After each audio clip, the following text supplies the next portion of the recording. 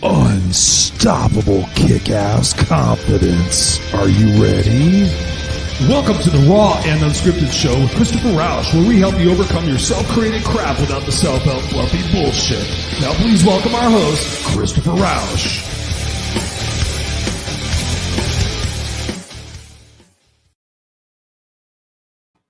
That never gets old. Honestly, that never gets old. And please welcome Christopher Rausch. Yes, ladies and gentlemen, boys and girls, it is Tuesday night and it's 7 p.m. Pacific Standard Time. So you know what time it is. It is time for the Raw and Unscripted Hour with yours truly, Christopher Rausch, the place where I help you overcome your self-created crap without the self-help fluffy bullshit. Ooh, Chris is in a good mood today. Chris has been impacting people all day long, fired up, got shit accomplished. Oh my God, talk about being accomplished. I got 2 faucets put in. I got the little valves underneath the thing switched out and got the right ones and got it all connected. And then it kind of leaked and then it didn't leak. And then mysteriously I got the other one in and now I have 2 beautiful faucets and I replaced the shower nozzle and I replaced the sprinkler siphon. And guess what? I don't like doing any of that shit anymore.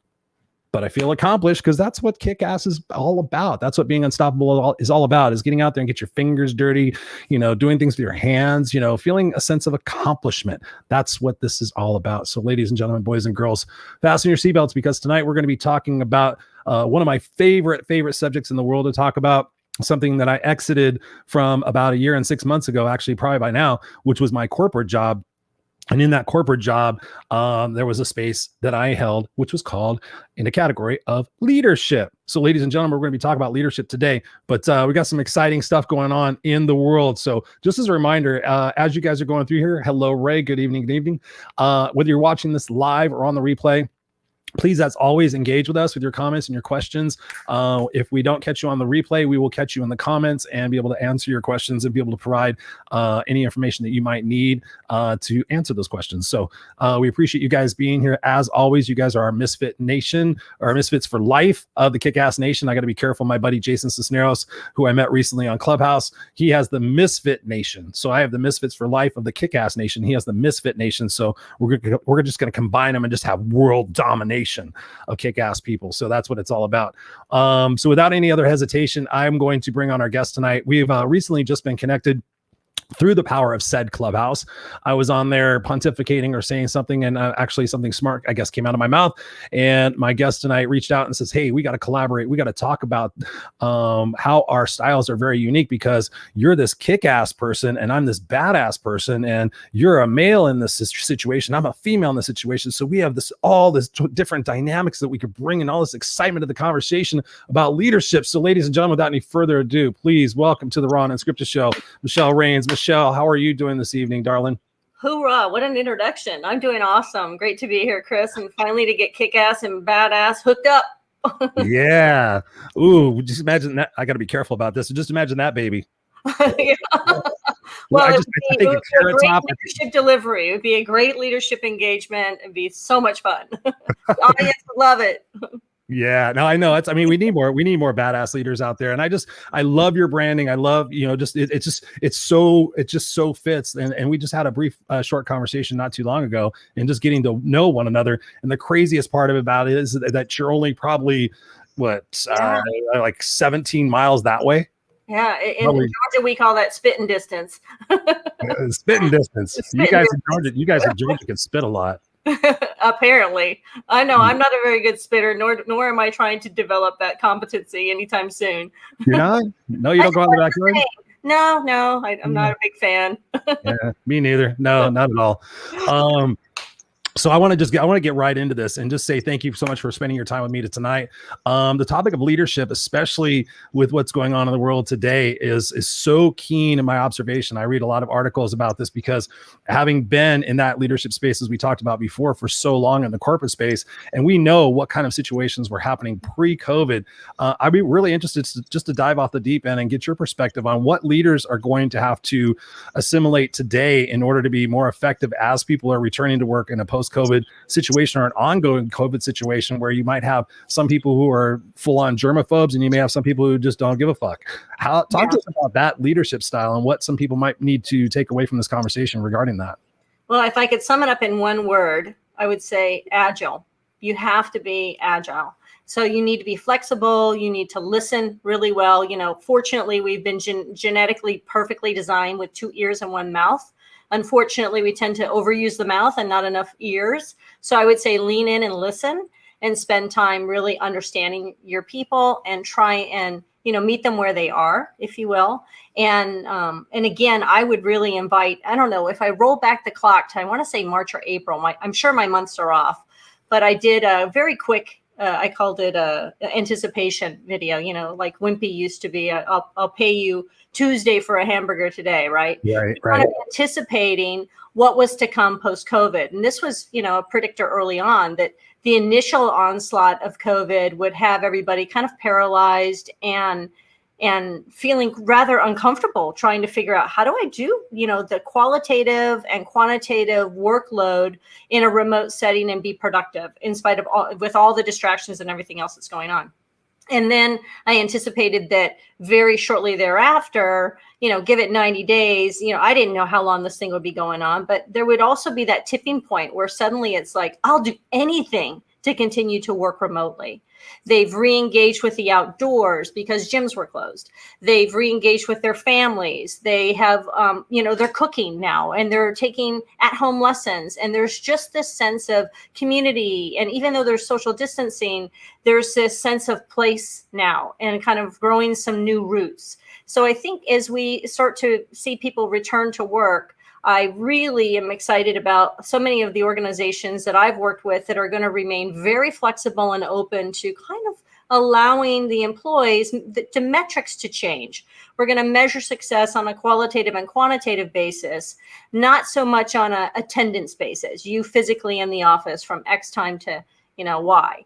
And so I think that's really exciting. And I think it opens up a lot of different possibilities. And I know that I'm not the first one to say this, but I love the idea that, you can hire somebody in, say Chicago, and they're going to work remotely and you're based in California. So now my pool of candidates just became endless. And that's really exciting for companies because we can really tap into talent anywhere. And then the qualitative aspect of life, the quality of the journey, which is so important, the dash, the good old dash. When you talk about particularly the up and coming, the current generation that's getting into the workforce and those that are already young and in the workforce, they're looking for purpose. And so what a great thing to allow them to be remote workers. They'll work a lot harder. It's going to stretch us. I'm a baby boomer, so it's definitely stretching the boomers to think outside the box and get creative. And how do we manage our FTE, our full-time equivalent on a 40-hour work week? Maybe we split that up between 2 or 3 people. And so it's about thinking outside the box, getting out of our way and being open to a different possibility to support workers in returning at peak state and then helping them maintain that. Such a great answer. Thank you so much for that. There's a couple of different places to dive off of that. One of the things I want to talk about is that generational difference in the workplace. That was something I used to actually speak a lot on. So we'll table that for a second. But the other thing that I was thinking about when you were talking, Michelle, was the fact that not only do we have the COVID situation of going back, we have the political unrest, we have all those different things happening, and people are going to be going back to the workplace with their proverbial mask going, oh, hey, what's up, Glenda? I know you're a Trump supporter. Oh, what's up, Joe? I know you're a Biden supporter. Okay, how do I navigate this? And, oh, what does my boss think? And the whole thing with what's going on in comedy and everything, and the cancel culture of saying something. And I know for me personally, I'm so thankful I'm not in that environment anymore, because I would say things to be funny. I would say things because I was friends with somebody. And especially this day and age, I would be scared of what I'm going to say because it might be taken the wrong way. Talk to us about that aspect of what people are going to be dealing with as they return back into the physical sense. Yeah, that's a tough one. I call it the tippy toe culture and artificial harmony. And that's, and that's kind of where we're at. And it's because this cancel culture thing is scary and it's serious, and in many cases it's not unwarranted for some people, but not for all. We're not one size fits all. And just because, someone who looks like me did something doesn't mean that I'm cut from that cloth. And so I think that, we have to navigate carefully and respectfully and try and support people. But I think it's natural to have that organic apprehension. and wanting to, and even still, I mean, in this day, you don't know when you're going to be recorded. You could be in a restaurant, or a bar, or walking down the street, or in a mall, or not in a mall, but in a retail center somewhere. And just anything you could say in a soundbite could be taken out of context. So we have to always be self-aware and remain ever present in managing our messaging, because it does and it can create collateral damage. And ultimately, it's our messaging. And so the scary part is when someone just takes a soundbite and doesn't get the full story, and then they, put it on social media. So it's something that, I think that tippy toe culture and that added anxiety is going to be a manage for leaders coming back into the workplace, and a manage for HR. And I think it's important that we get as educated as we can about how to support our teams, and also how we need to show up as leaders. I love that. And actually, you would vibe really well with my coach, Sally Anderson. She's really big into that. Actually, she's right now coaching CEOs and high-level executives and politicians because of this very thing we're talking about, and how much stress and uncertainty and our own evolution as leaders in what we've personally gone through in the last year. I know I would be a much different leader. I was already a compassionate leader already. I can imagine myself being, okay, you don't want to touch your desk unless the cleaning people will wash it twice. Okay. And trying to mitigate all that. So it's going to be a huge challenge, I think. But what is your take on leaders really investing in themselves to get coaching and to get additional tools under their belt to be able to handle this return successfully, and not actually burn out and fail? Yeah. Well, I'm obviously, I mean, you and I are both in this space, so I'm an advocate. I walked away from a very comfortable salary at the peak of my game to do something I would do for free if I, ever can afford to, because it's just, it means everything to me. It's my why, right? Is to make a positive impact for others. But when it comes down to investing in your development and getting coaching and support, I think about, baseball players have it, football players have it, basketball players have it. I mean, if we invest in sports coaches, why wouldn't you invest in your own development? To me, that is the absolute, I call it hashtag rocket fuel, or VP racing fuel but for people.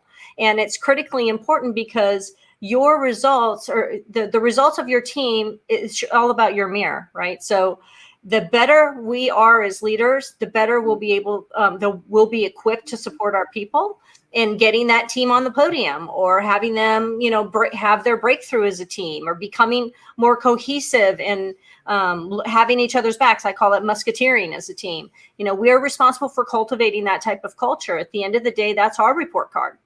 So of course you should invest in yourself. I can't think of a single better investment that you should spend money on than your own emotional intelligence, your own coaching development. I mean, it's you want to talk about maximizing return on investment. That's where you put your money, where your mouth is, and the people that you support every single day. Mm-hmm. Preaching to the choir, sister. Preaching to the choir. I was just telling somebody that the other day, that, talking about the competitive marketplace of everything, and like, what do you recommend, Chris, to differentiate yourself? And I'm like, having somebody who's already done it teach you how to do it and pay them to do it, and then go do it, and then teach somebody else and pay yourself back. It's just like that whole lifting each other up type of thing. But there was something else that you had said in there also, and that I anticipate, and I think about my former workplace periodically and how they would handle this. But everybody most people, I would imagine, have experienced downsizing, doing more with less, there's less orders.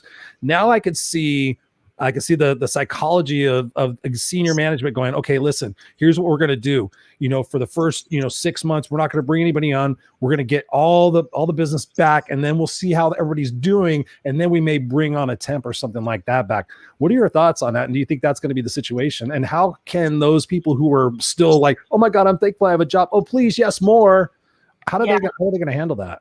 Yeah. I mean, there is, I'm a fan of embracing an attitude of gratitude, regardless of your circumstances, because you have to live that every day. And so going in with that healthy mindset will serve you and others, and will definitely propel you forward and give you momentum. As far as, I think the pause is important. And I think we need, again, it's kind of like letting the dust settle. Let's come back in. It's almost as if, if you're going to do a takeover, or you're hired into a new team. I'll just use this as a metaphor or an example. If you're hired into a new team and you're doing a takeover of that team or that business, I think the smartest thing for any leader or executive team to do is observe, support, listen, invest in yourselves, and make sure that it's almost like a managing risk situation currently, is just getting educated to manage risk so that you're well equipped to support your teams proactively instead of playing professional reactive whack-a-mole, which is exhausting, it's destructive, and expensive. Say that again. Reactive professional whack-a-mole. It's where you're just, I got to put that fire out. I got to put that fire out. It's like crisis management, the way that it shouldn't be done. And I wanted to follow up on a point that you made earlier, is that, when it comes to coaching and developing and investing in yourself, I think it's, I'd mentioned earlier, it's the best return on investment that someone can make. And I think it's the greatest compliment an organization can give an employee at any level to say, I'm going to invest in you. I'm going to hire you a coach, or I'm going to bring in training, because intellectual property is transportable. It stays with you forever, and it helps you impact other people's lives.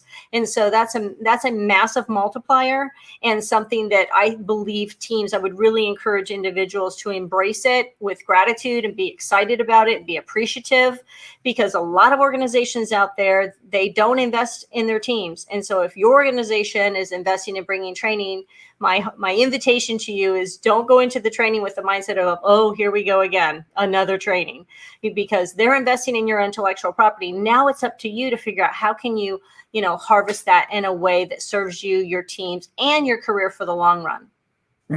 Yes, I love that. I want to take a moment here just to pause to say hello. What's up, Misfits for Life? We have Ray in the house. Ray, what's going on? Good to see you. Robert Broker's in the house. Ray says, welcome, Michelle. Yeah, I'm trying to. Jacqueline's in the house. She says, I always like quality over quantity. Monica's in the house. What's up, Monica? Good to see you. She says the quality of the journey. We got a few highs here. Robert says here, he goes, it certainly has and can lead to one of the ongoing work in progress, avoiding distraction when I need to get a few things done. Yeah. Absolutely. Let's see, we got self-deprecating humor. Colleen's in the house. She says, what's up, rock stars? Good to see you, Colleen. Thank you for being here and spending your time with us. Yeah. Colleen's a fellow rock star. Hey, by the way, Colleen, I don't know if you saw that, but I'm going to do 75 hard again. I can't remember if you saw that. Priscilla!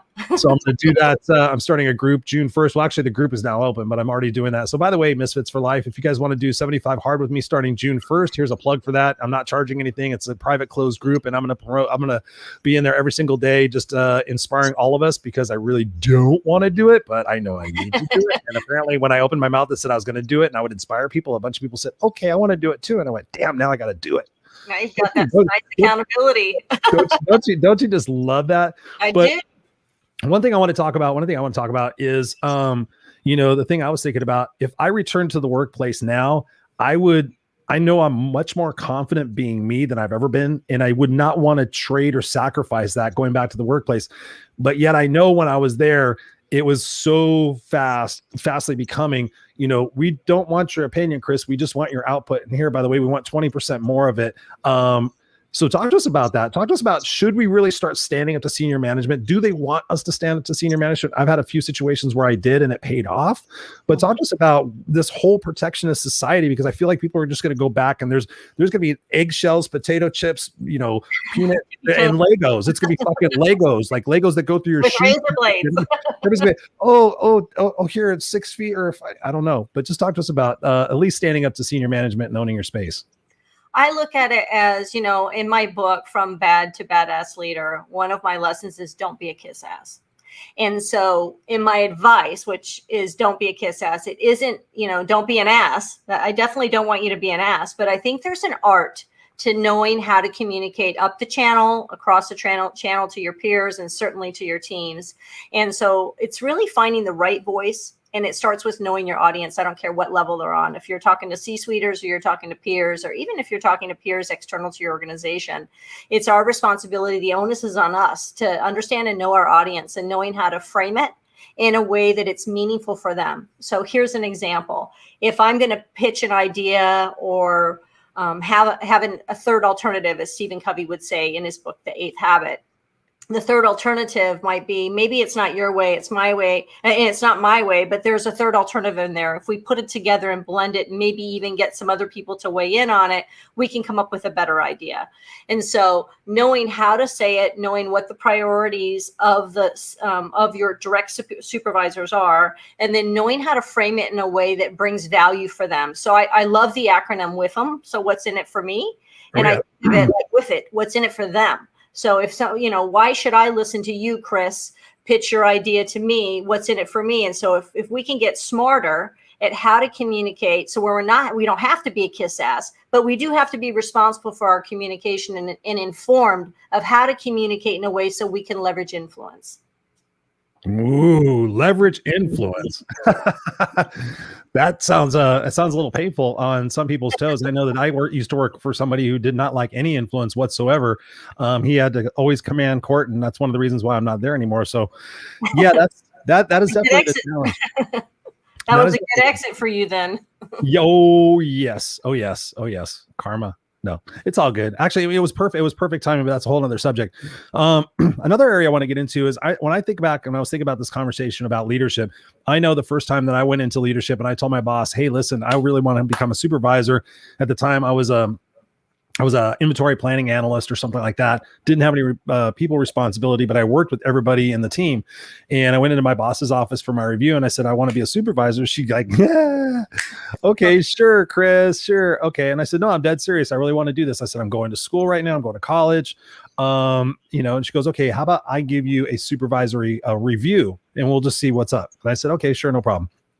So she does my review is instead of a line staff, basically. So she wants to do a supervisor review. So she goes out and talks to the team, schedules the interview, schedules the review. And I go in there, I can still picture, and I walk in there thinking like, oh yes, I got this. I'm going to get a promotion. I've already got this money spent. It's all good. The guys dig me. This is going to make sense. Blah, blah, blah, blah. Sat down and my boss says, well, Chris, and I'm sitting there just cocky, all like, yeah. What? You're going to tell me all these good things? She goes, well, Chris, you said you wanted a supervisory responsibility. So I went out there and I talked to the team, in the capacity of how they see you as a leader and how they see you as somebody who collaborates and listens and, all that good stuff that we need somebody to do and inspires them to do more. And I thought, oh, okay, I've got this too. I'm always helping this guy. I'm always helping this guy. I'm always helping this guy. I got this. They probably always said, oh my God, Chris helps us so much and it's no big deal. And she goes, Chris, unfortunately, she goes, you don't have the trust of the guys. And I was like, what? She goes, I'm like, what do you mean? She goes, well, they know you help them, but the way you help them makes them feel inferior. And that is not a good sign of a supervisor. So, if you want to get a supervisory role next year, then here's what you get to do for the next 12 months. I will put you in situations where you can have more leadership opportunities, maybe having department meetings or, things that can elevate you a little bit. But it's going to be incumbent upon you to develop that for yourself and be able to earn their trust and respect so that I can make that supervisory shift for you because I see it happening for you. And that next year, I really just delved into personal development, human relationships, all those different things. Talk to us about that situation for you and how you got into leadership and what was maybe some of the situations you had to go through to kind of have a little wake-up call. Well, you just beautifully described lesson 3 in the book, which is let's talk about trust, baby. And so trust is critically important for leaders. And I really want to give hats off to your supervisor because having that alignment conversation, getting that background, setting a path forward for your development and also augmented support, rock star. I mean, that's good stuff. So here's the question. Did you make it? Did you get the promo? Oh yeah, I probably got 6 promotions in 8 years after that. Sweet. See? Yeah, we all need leaders like that. To me, those are badass leaders. That's what it's about. How do we advance the success of others? And I think there is a quote very similar to that. I think that's a John Maxwell quote. And I love it. I mean, that should be what we do. So to answer your question, would you mind reframing that? It was about, or rephrasing that. So it was about trust. And about my story. Oh, here. Right. So yeah, basically I got in there. She kicked my ass. I learned my lesson. I became a really great leader. So talk to us about that shift for you. Cause I mean, you're an expert now. I know you weren't always an expert. So talk to us about Hell that. I was not an expert. Like, what did you think you were all about? And then find out that you weren't about. So I thought I was all about helping people. I was making them feel inferior. So what was your like, woohoo, okay, I'm not that and all a bag of chips. Yeah. So it was definitely not even a bag of chips. And it was a train wreck. I call it my hashtag bull ride. I would love to say that, here, my success story, I climbed the, corporate ladder and I was just so amazing. I was just a rock star. And so this is here to tell you that if I can do it, anybody can do it. So what I did is I was promoted to, the infamous Peter principle, my level of incompetence. I went from being a rock star salesperson to, wow, you're really putting the numbers on the board. We're going to give you a title of a manager and relocate you and give you this team of, 14 to 18 people that you're going to now lead. And because you're going to be great. Right. And this is a fantastic company. And so I'm not throwing this company under the bus in any way. They're amazing. But the reality was I was a rock star salesperson and I had an incredible work ethic. I was a workaholic and very, very results oriented, very good with people as far as my customers go. So needless to say, fast forward, I get promoted, I'm relocated. Lesson 1 in my book is called Don't Be an Ass. And that's the story of my cataclysmic fall from grace, which was when I was promoted to Chicago. And it was definitely less than a year. It was somewhere around that 6-month mark. I suffered a walkout and I never saw it coming. And it was very colorful. Oh yeah. I was called every name in the book and I was oblivious. And the scary part is, and this isn't uncommon. This is actually more common than you'd think. On paper, I looked like a rock star. All of our numbers were great. We were month over month. We were killing it. But at a great cost. There was a lot of human capital damage that was being created because I didn't have a clue how to lead. I didn't know. I micromanage people. I describe in the book that I hovered over them like a drone, that I looked for the needle in the haystack on any little thing that wasn't right.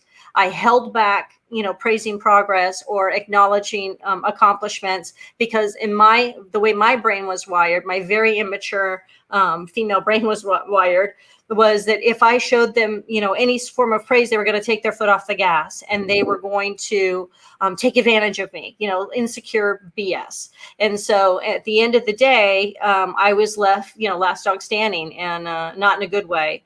And fortunately for me, the company didn't shit can me, although they had every right to. But what they did was really epic. They took responsibility and said, well, wow, we need to give you, we need to invest in you. You don't have training, you don't have development. And so we need to help you figure this leadership thing out. We're going to give you a second chance. And the ugly truth is at the time, my team that walked out on me was unionized in Chicago. You don't want to mess with the unions.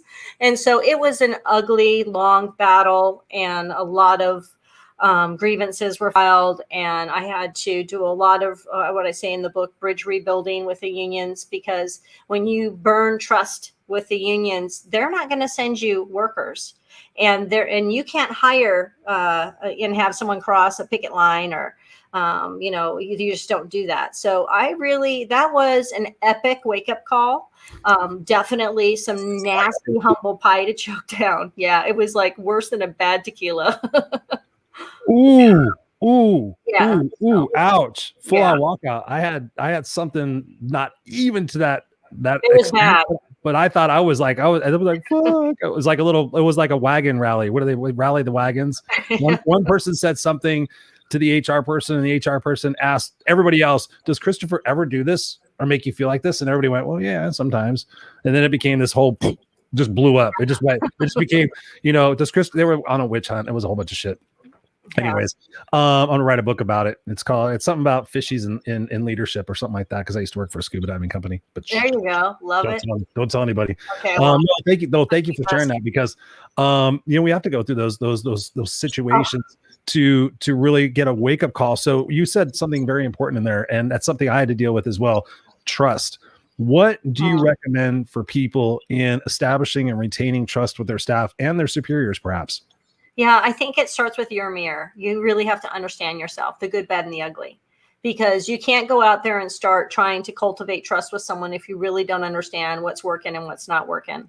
And so that is lesson 2 is stop, drop, take a selfie, and spend a lot of time on selfie work, and not from a touchy-feely kind of stuff. I'm talking about really digging deep and taking a hard look at yourself and cultivating or getting feedback from people that you trust that are not going to sugarcoat it for you. Because bottom line is, if you don't know what's broke, how are you ever going to fix it? And so we start there, right? And then lesson 3 is, let's talk about trust, baby. So after you really understand yourself, what's working, not working, good, bad, and ugly, then it's about, okay, so now who do I get to be in order to start building this framework and foundation of trust with my team? And so, and it takes time, and it takes a consistent investment. It takes authenticity. It takes vulnerability. You know, in Pat Lencioni's book, he talks about the 5 behaviors of a cohesive team. And at the foundation, the framework is trust. And so if you think of a foundation of a house, if your foundation is shoddy, it's not a house I want to live in. It's not a team I want to play on. And so trust is vital to success. And I always say, hashtag no trust, hashtag no badass team. Boom. No badass team. No badass team. Look at, we have some beautiful people in here tonight. What's up? Monica says, hey. Hey. Monica says, hell yes. She says, authentically you. Absolutely. Yeah, very important. She says, no brown misers. Nosers, No brown nosers. Yeah, no kiss asses. Scotty Goyette's in the house. What's up, Scotty Goyette? How are you doing? He's like, love. Scotty's in the house. Tara's in the house from Canada, where they're still on lockdown. The bad Canadians are on lockdown. Tara, so great to see you. Thank you very much. You should be spending time with your family, darling. So I hope your phone is on mute, and I hope you're just doing this out of the goodness of your heart, because you just think I'm so special. She's amazing. Oh, she says nosers. Scott. Monica says leverage influence. Absolutely. Yeah. And then people say hi to each other because they're just amazing. We're just a big family. Thomas is in the house. Speaking of family, Fritz brother, he says great inspirational talk. Thanks, guys. Oh, thanks, Thomas. No, you are a rock star. Angel says, Angel's in the house. She is an angel, by the way. She knows this. She says, I love this. FedEx. Yes, absolutely. Wait a minute, I gotta catch this. Badass Irish woman to the bone. Much love and kindness in me. Right on. Yeah, no, I attract the most amazing people in my life. It's truly is phenomenal. Like yourself. I mean, boom, we were in Clubhouse, and then all of a sudden we were connected and we're doing this stuff. Yeah. So I want to go back to something you brought up earlier, and that's the whole generational difference in the workplace. Because I know when I was doing the suit and tie speaking, that was one of my biggest talks, was handling the generational differences, because we did have about 5 different generations at that time. And my whole thing was like, okay, let's use the baby boomers with the Gen Xers and and then all of a sudden Generation Z came in, and I stopped doing that type of speaking. Thinking about the kids today, because I'm always focused on where the kids are. The adults, I have margin of belief that they can pull their head out of their ass, but we're at the kids. Hopefully, yeah. The teenagers and the kids of today are going to be those leaders tomorrow. They're going to be the generation, whatever is after even Generation Z, I guess. I haven't kept up with it. What do you think leadership's going to look like for them, given everything that's been going on in their life? You know, I'm fortunate because I live with, I have a 19-year-old stepson. He's my son's son, right? But he's my stepson. I have two 21-year-old son and a daughter.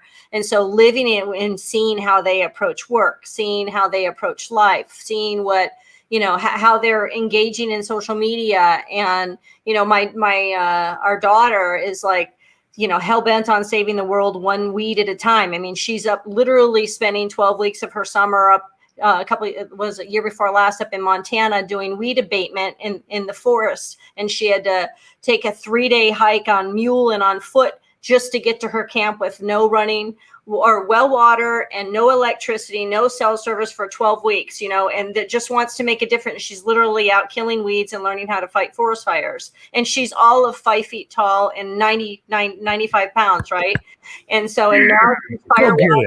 Yeah, now she's firewalked at the Grand Canyon, and she's there until October.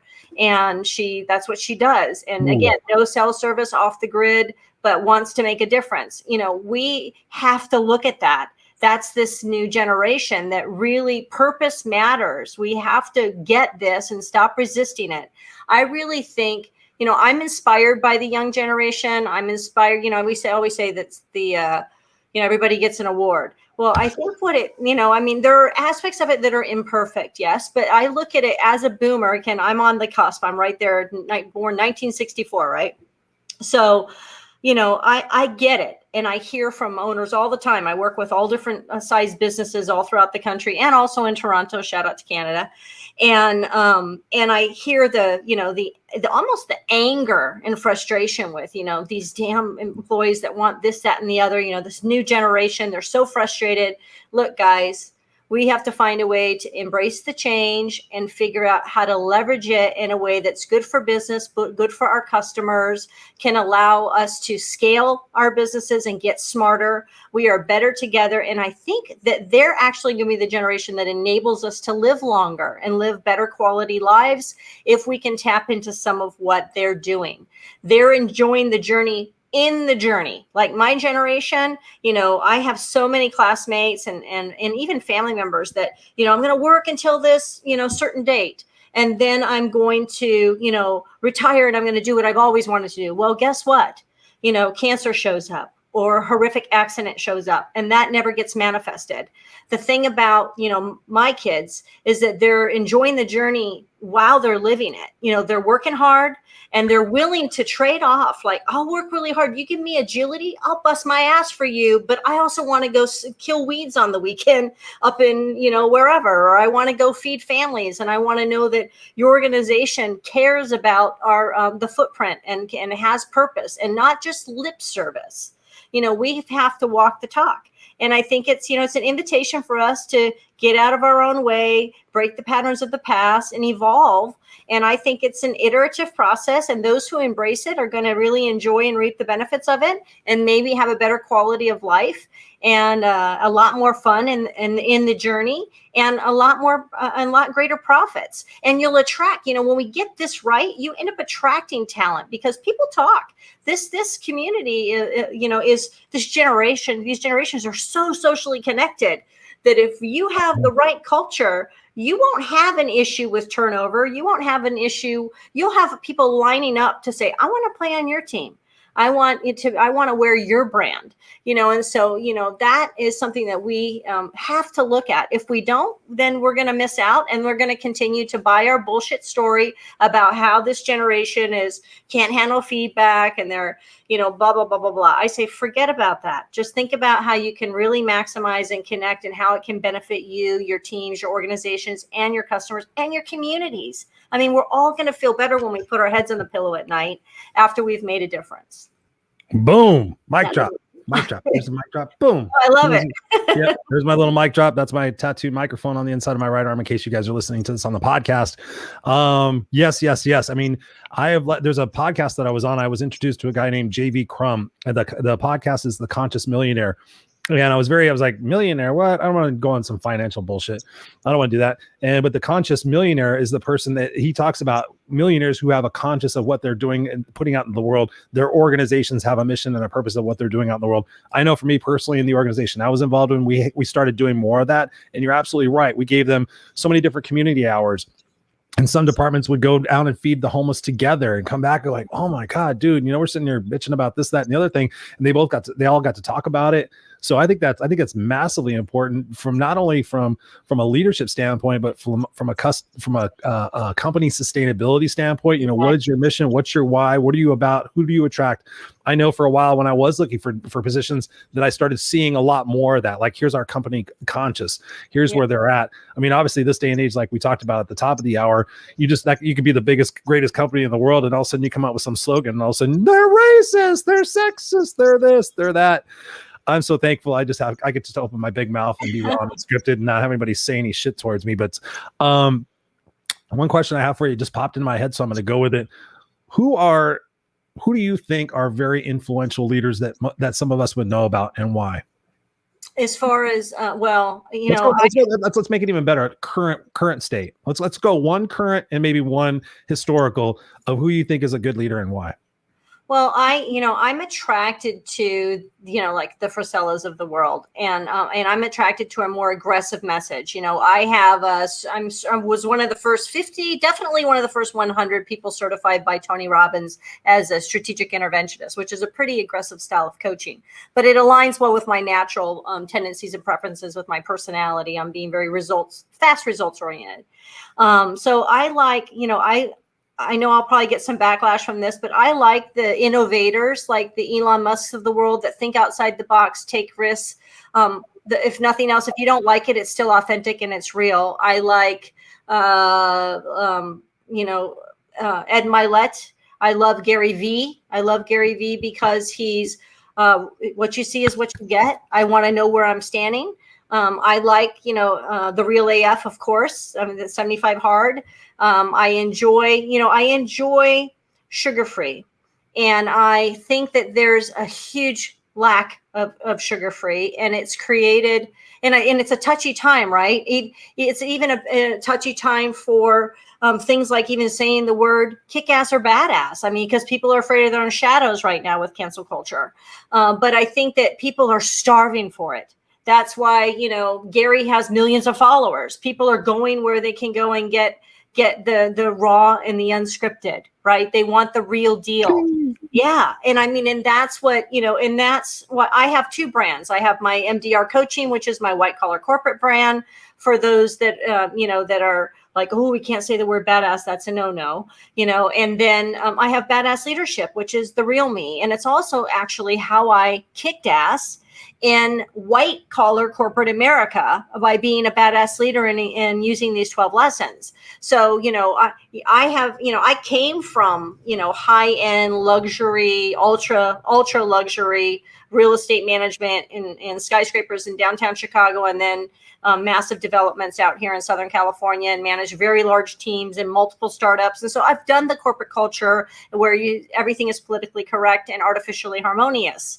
But I was a badass leader within that culture. So how do we create our own little world and kick ass and be a badass within a culture that's politically correct, right? Do it respectfully, walk the line, leverage the lessons. Let's be smart, people. I mean, we've got a lot of different resources. We don't have to hide and be artificial. People are looking for authentic, real conversation. Ooh, say that again. No, say that again. They're People are looking for authentic, real conversation. A real conversation. None of this bullshit. That's one of the reasons why I think my staff like me, because I never did any of that stuff. I never sugarcoated the stuff. I was like always real, always being like, hey guys, this is what we're at. Like, what do you think, Chris? I'm like, we could all potentially lose our jobs, so let's raise the flag. Let's do it. Let's make it happen. All right, let's go. Let's do it. Everybody else is like, oh, we're a little behind in budget. I'm like, fucking bleeding. We got to hurry. Let's go do it. All right, guys, let's go. There's a couple of things I want to get to before we run out of time. But you had said something that was very okay. I'm just going to skip that for right now. So it's obviously you're a female. Congratulations. Talk to us about that. I grew up with a mom who was a single mom. I never knew my dad. My mom was allegedly, she told me this many, many times, she was the first female in Southern California to sue a major manufacturing corporation for not allowing her to wear pants on the manufacturing floor or something like that. So I've grown up with massively strong women in my life who have, been in the corporate space and have owned it, worn the suits. What is your take on where we are at now, especially going back to that cancel culture? What advice would you have for women, strong women in the workplace today? Do you think that equality and that equanimity is improving, here in 2021, or do we still have like a large gap that we need to jump to make it a lot better for women in the workplace? Well, I think it's the year of the woman. The next couple of years, I think that there's a lot of hyper focus right now on women, and I think it's, in many cases, it's about time. But I'm also not an advocate for making exceptions. I think let the best candidate win. And I want to know, I mean, this is me. So if I'm vying for something or going after, be it a proposal or a position, I want to go toe to toe. I don't care if it's a man. I don't care if it's a female. I don't care who it is. I just want to know that on my own accord, that I've earned the opportunity, be it my background, my experience, how I showed up in the interview, what I was willing, to put on the line in order to earn the opportunity for the position. And then in the position, I should get fair pay and fair benefits. And so I want consideration and an opportunity for an at-bat. And I shouldn't be, I don't like I was talking to someone yesterday who's looking at several different companies right now. They're trying to recruit her. And I pulled up their team and I go, okay, so we have, on their executive team, they had 17 leaders, one woman. I was like, okay, you're a woman, you're going to 17 leaders, one woman. Just look at that. And then you have all these other ones where it's pretty well balanced. And I said, now women are looking at that and we're going, okay, they're saying one thing, but are they really showing up that way? So I think it's a critical time for us. Yes, I want you to be unfiltered, raw, and unscripted. I want you to be the real AF. I want you to be a badass leader and be authentic, but you also need to walk your talk.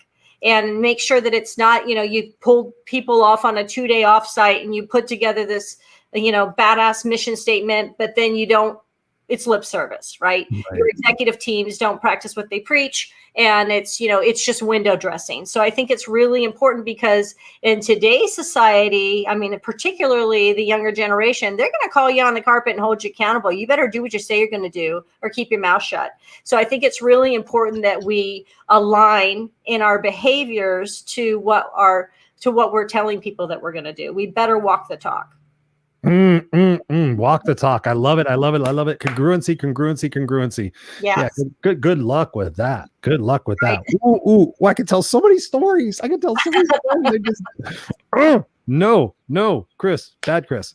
Look at him. See, I told you 46 minutes. It's going to go poof like that. Angel says, yeah, equal pay would be nice. We got to keep fighting for it, guys. That's right. We got to keep standing up. We got to have our voices be heard. Just want to make sure, that's so Robert says, I'm attracted to boss ladies. You're just the dominant women, Robert. Go get you some. You'll be you'll feel better. Yes. I just going back to see if we had any questions. I'm not even gonna read that one now. But so you have a microphone to the world. It's 2021. We're coming out of COVID and not speaking corporately this time, but speaking to the leader within each of us. What would you tell people to take responsibility for their own happiness, their own self-love, and their own self-care to go out and be the best leader they could possibly be within themselves and within their family? That stop, drop, take a selfie. Yeah, I think it's critically important that you take a selfie, not only in your professional life, but in your personal life, in your relationships with your family, with your children, with your friends, how you're engaged or not engaged with your community. And then how aligned are you to what's your end game look like? And are you on the right track? I will share a brief story of lesson 12, in the book is Love Somebody Like You.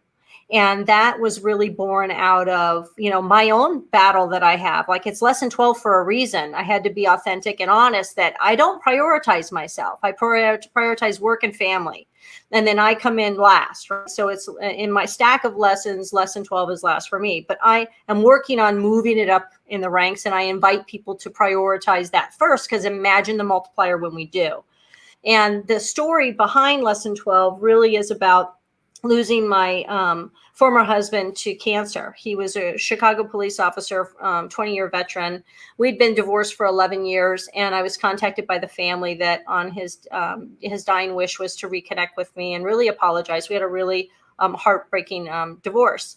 And so at the end of the fast forward point to the story is he had accumulated great wealth in his life, from multi-million-dollar apartment buildings to a garage full with 17 custom vehicles and Harley Davidsons and everything imaginable. And he bought property that he planned to build on in one of the Carolinas, and just had this huge dream of how he was going to do all of this when he retired from the force. Well, he died in December 12th of 2012. And he was awarded his 20 years on, I think it was in November of 2012. And so the message and the gift that he left for me, and I really appreciate the family allowing me to even share his story, and because he would want me to share his story, is that he said that he'd give it all away, every last penny, just to have health so that he could have more time with those he loved. And so my invitation, more importantly, to the listeners is like how to live a badass or a kick-ass life really comes down to, what's your journey? What do you want it to be? And then are you living a life that you're going to look back on with regret and say you'd give all this away in order to have quality time with those that you love and that you wish you would have taken care of yourself differently? And so my invitation is prioritize you, love somebody like you, stop, drop, take a selfie, do an assessment and see how you're doing relative to your end game, and then set the course correction that's going to put you on that path to get you where the quality of life that we all deserve, right, and aspire to. So I'll leave you with that. Ooh, you're speaking my language, woman. You're speaking my language. Yes. Thank you for sharing that. Truly, thank you, and then thank his family for sharing that as well, because somebody needed to hear that tonight. So thank you for sharing that. Tracy's in the house. She says, "Hi, Christopher Rausch." What's up, Tracy? Good to see you. Thank you for being here. No, to your point, I talk about that all the time, Michelle. I talk about that all the time. It's crazy. So yeah, I've got a lot of thoughts stirring in my mind about that, but your brilliance here tonight has been just magnificent. I think that people can get a hold of you here at www.badassleader.com. Is that correct? You betcha. Any social media you want to plug, where you're at? Instagram? Yeah, Badass Leader 12 on Instagram, Badass Leader 12 because of 12 leadership lessons on Facebook. And then if they add a little after that, badassleader.com/podcast-gift, I've got some free downloads on my page, some really badass screensavers for their computer and one chapter of the book, the first chapter of the book, if they want to test drive it and see how she rides, go for it. I'd love to have them visit us. Awesome. Say that link again, badassleader.com. Badassleader.com/podcast-gift. Podcast-gift. I just want to put this up here for my challenge people. Did I get that right? Awesome. Thank you. Yeah, you did. Yeah. Yes. Take advantage of this, ladies and gentlemen. Connect with Michelle. Connect with her, ladies and gentlemen. This is obviously just a jumping off point for us to have future conversations, Michelle. I can't thank you enough for coming on here. It's been a while since I've talked about leadership. It was actually quite fun to dust off that thought. And I haven't asked questions really necessarily about leadership in quite some time. So it's all divinely happening for us. So I look forward to having more conversations with you here on the Raw&Unscripted show, and then also my other show, The Unfiltered Experience. So I'm going to put you in the back in the green room, have some M&Ms, and I'm going to close out the show. And then thanks, everybody. Thank you. There you have it, ladies and gentlemen. Michelle Reines, and Ray is sitting here saying, he goes, "Great show as always." Thank you, Ray. I'm saying thank you, Ray, right here. Thank you, Ray. Angel says right here, she says, "Have a great evening, everybody. Christopher Rausch, your guest tonight is amazing. Love the show. I love you." Thank you, Angel. Have a blessed night. Get great sleep. Go out there and knock it out tomorrow. I thank each and every one of you. Robert, thank you so much. I'm going to go back as always and read your comments. Appreciate you being here, brother, and sharing. He says, Robert says, "Thank you, Christopher and Michelle."